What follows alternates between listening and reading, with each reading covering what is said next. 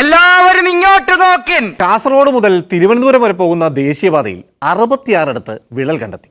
അതുകൊണ്ടാണോ ഇത് ദേശീയപാത 66 എന്നറിയപ്പെടുന്നത് എന്ന് സംശയമുണ്ട്. മലപ്പുറം ജില്ലയിലെ മലയോര മേഖലയുടെ ഒരു പ്രത്യേകത ഹൈക്കിങ്ങിന് ഏറ്റവും സാധ്യതയുള്ള മലയോര മേഖല. ഹൈക്കിംഗ്, ട്രക്കിംഗ് ഇത് രണ്ടും ഒരു പ്രധാനമാണ്. ഇപ്പോൾ ലോകത്ത് തന്നെ ട്രെൻഡാണ്. എന്നെ കഷ്ടല്ലേ, കോമൺ സെൻസ് ഇല്ലാത്തതിന്റെ കുഴപ്പേ. അല്ലെങ്കിൽ ബുദ്ധി പറഞ്ഞു കൊടുക്കാൻ അവൻ ആരെങ്കിലും വേണ്ടേ? ആകെയുള്ള ഒരു തൊട്ടി കൂട്ടുകാരൻ, പിന്നെ ഒരു തോൽവി അയൽക്കാരനും. ആളുകൾക്ക് ഹൈക്കിംഗ് നടന്നു പോകാനും മല കയറാനും ഒക്കെയുള്ള ആവേശം കൊണ്ട് ഓരോന്ന് വിളിച്ചു പറഞ്ഞ് തടിയേടാക്കണ്ട, പണിയെടുക്കാതെ ജീവിക്കാൻ നോക്ക്. സംവിധാനങ്ങൾ ഉണ്ട് എന്ന് അറിയാത്ത പ്രശ്നം. അറിഞ്ഞാൽ ഏറ്റവും അധികം ഉപയോഗിക്കാൻ പറ്റുന്ന ഒരു ജില്ലയാണ് മലപ്പുറം ജില്ല. ഹൈക്കിംഗ്, ട്രക്കിംഗ് സാധ്യതകൾ ടെക്നോളജിയുടെ കൂടി സഹായത്താൽ ഒരു പദ്ധതി ആലോചിക്കുന്നുണ്ട്. അത് ഏറ്റവും ഗുണം ചെയ്യുന്ന ഒരു ജില്ല മലപ്പുറം ജില്ലയിൽ.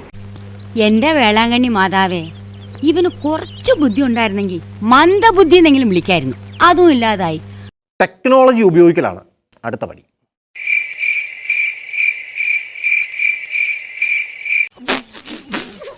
നല്ല പീക്ക് ടൈമാണ്. എനിക്കറിയാൻ മേലാത്തോണ്ട് ചോദിക്കുക കുഞ്ഞെ, നിനക്ക് എങ്ങനെ സാധിക്കുന്നു? എനിക്ക് ഒരൊത്തും പിടിയും കിട്ടുന്നില്ല നിന്റെ കാര്യത്തിൽ. അപ്പോൾ ഇനിയും സാധ്യതയുണ്ട്. അത് ഫലപ്രദമായി ഉപയോഗപ്പെടുത്തുക എന്നുള്ളതാണ് ലക്ഷ്യം വെക്കുന്നത്. വെറുതെ അല്ല നാട്ടുകാർ മുഴുവൻ താൻ മണ്ടനാണെന്ന് പറയുന്നത്. മലപ്പുറം കൂരിയാട് ഹൈക്കിംഗ് നടത്തിയ ചിലർ അനുഭവങ്ങൾ പറയാൻ എത്തിയിട്ടുണ്ട്.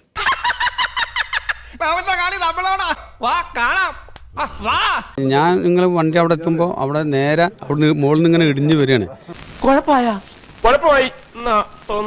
കൂടെ രണ്ടാളുണ്ടായിരുന്നു. ഒരാളെ അവിടെ ഇറങ്ങിയിട്ട് അപ്പുറത്ത് ഇറങ്ങിയിട്ട് ആ ഇടിഞ്ഞ ഭാഗത്ത് നിന്നിട്ട് താഴത്തേക്ക് ചാടി കഴിച്ചിലായി. കേരളത്തിലെ ജനങ്ങൾ സഹികെട്ട് കിടക്കുകയാണ്.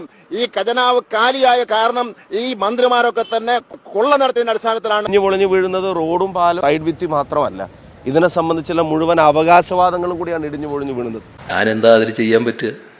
ഇതിപ്പോൾ എനിക്ക് ആരോടെങ്കിലും പറയാൻ പറ്റും? വരുന്നിടത്ത് കാണാം, അത്രയല്ലേ, മറ്റൊന്നും പറയാൻ പറ്റൂല. മന്ത്രി മുഹമ്മദ് റിയാസ് ആണ് റോഡ് മന്ത്രി. ഞാനൊരു വലിയ സംഭവം അല്ലേ? പിന്നെ ഒരു കാര്യം ചെയ്യാം, പോയിട്ട് രാവിലെ വരാം.